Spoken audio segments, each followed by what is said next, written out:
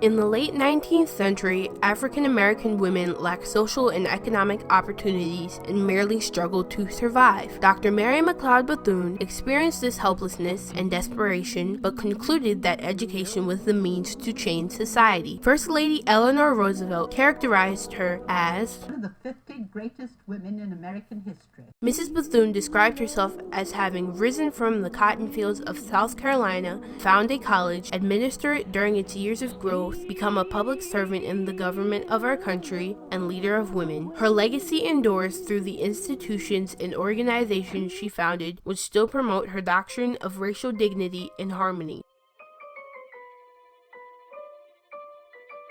On July 10, 1875, one of the least expected leaders of the 20th century was born to Samuel and Patsy McLeod in Mayesville, South Carolina. As the 15th child, Mary Jane McLeod was the first one born into freedom. The family lived on a plot of land her father bought from his former slave master. One time as a child, Mary picked up a book belonging to her parents' former master's family. Mary was ordered to put down the book. She was black. Blacks couldn't read.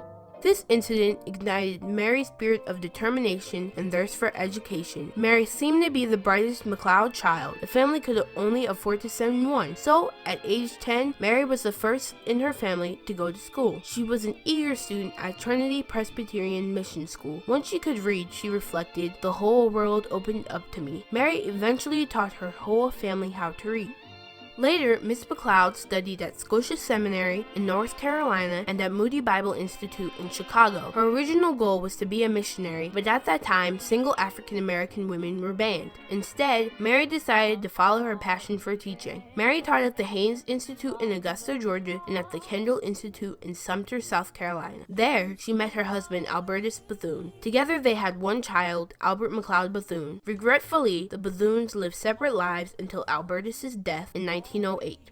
Mary recognized that most of the local Florida children were female, black, and illiterate. She believed that education was the means out of poverty, but there were no schools for her people. So, in 1904, Mary McLeod Bethune founded the Daytona Educational and Industrial Training School for Negro Girls with just $1.50 in faith. The school began with only 5 students who paid 50 cents per week in tuition. The students wrote with charcoal pieces and used mashed up blackberries for ink.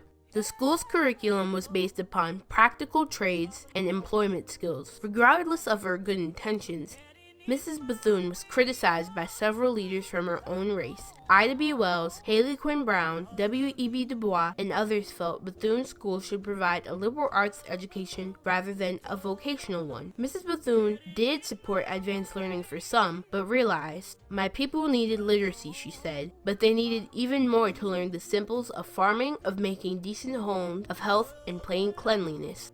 Mary followed Booker T. Washington's example as a leader in fundraising. First, she reached out to black churches and then to both wealthy donors and corporations. She invited financial giants including John D. Rockefeller and James Gamble of Procter & Gamble, saying, "I want you to be a trustee of my dream." Inevitably, Mrs. Bethune's work drew the attention of the dreaded Ku Klux Klan. Mary and her students faced down the KKK with a peaceful candlelight vigil. She also defied Jim Crow laws by leading blacks to the polls and by tutoring them to pass the literacy test required for voter registration. From 1907 through the early 20s, Mrs. Bethune's school moved campuses and expanded the curriculum. Eventually, the school merged in 1923 with the co-ed Cookman Institute of Jacksonville, Florida. A year later, the school affiliated with the United Methodist Church to be accredited as a junior college. Mary's activism ultimately reached beyond Daytona. She served as president of the National Association of Colored Women. During the same year, Mrs. McLeod Bethune founded the National Council of Negro Women and was elected its first president. Through her participation in national women's groups, Mary made many contacts and formed important friendships. In 1927, Mary was the only African American woman at an event hosted by then New York Governor Franklin D. Roosevelt's wife. Thus began a close relationship with Eleanor Roosevelt, which led to an active role in President Roosevelt's administration. In 1935, Mrs. Bethune received the Spingarn Award from the NAACP. A year later, Dr. Bethune moved to Washington, D.C. to head the National Youth Administration on Negro Affairs. Bethune ensured African American youth were given equal opportunities for the jobs created by the New Deal legislation. Mary was a frequent White House guest, eventually appointed the leader of the Black Cabinet, the semi-official Racial Affairs Advisory Committee, also known as the Federal Council on Negro Affairs. During both World Wars, Dr. Bethune was the voice for African American women who were recruited as nurses and provided technical skills. Three folks, W.E.B. Du Bois and herself and Walter White, these were the three delegates to the United Nations Conference.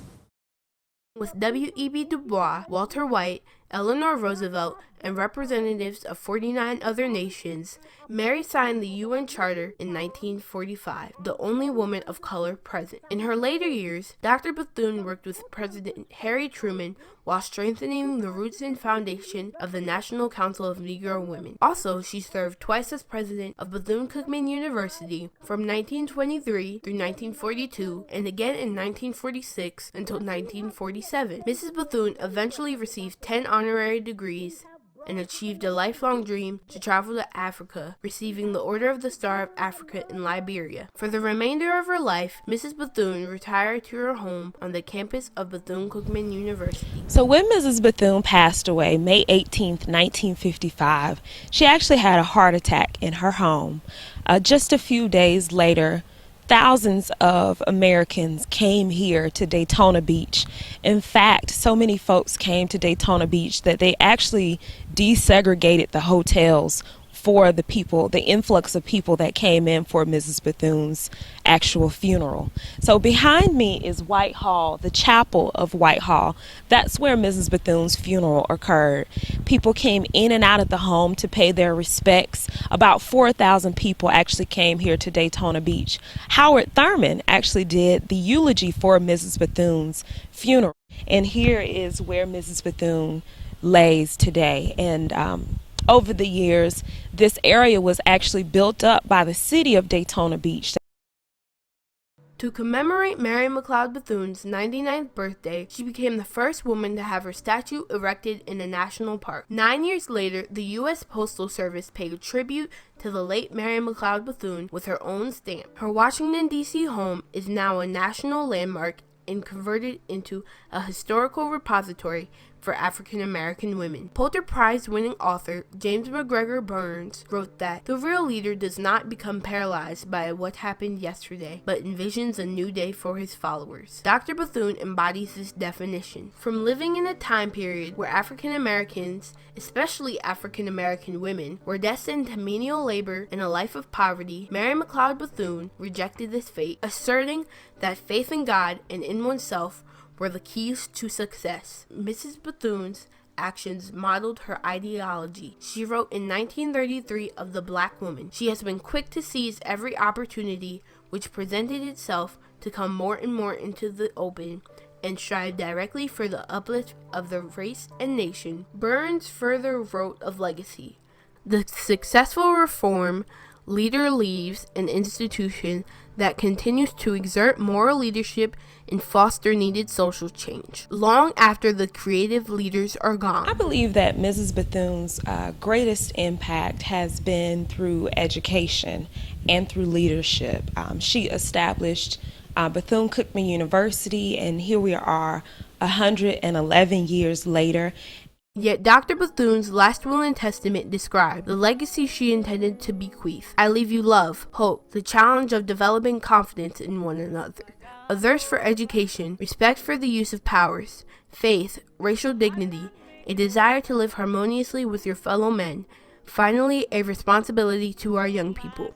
If I have a legacy to leave my people, it is my philosophy of living and serving. May it be helpful to those who share my vision of a world of peace, progress, brotherhood, and love." Moreover, she demonstrated that no matter the humble starting point, each of us can seize opportunities for leadership and endow a legacy with lasting impact. But I, for one, am proud that our country could produce Mrs. Mary McLeod Bethune. All you need is just $1.50 and faith.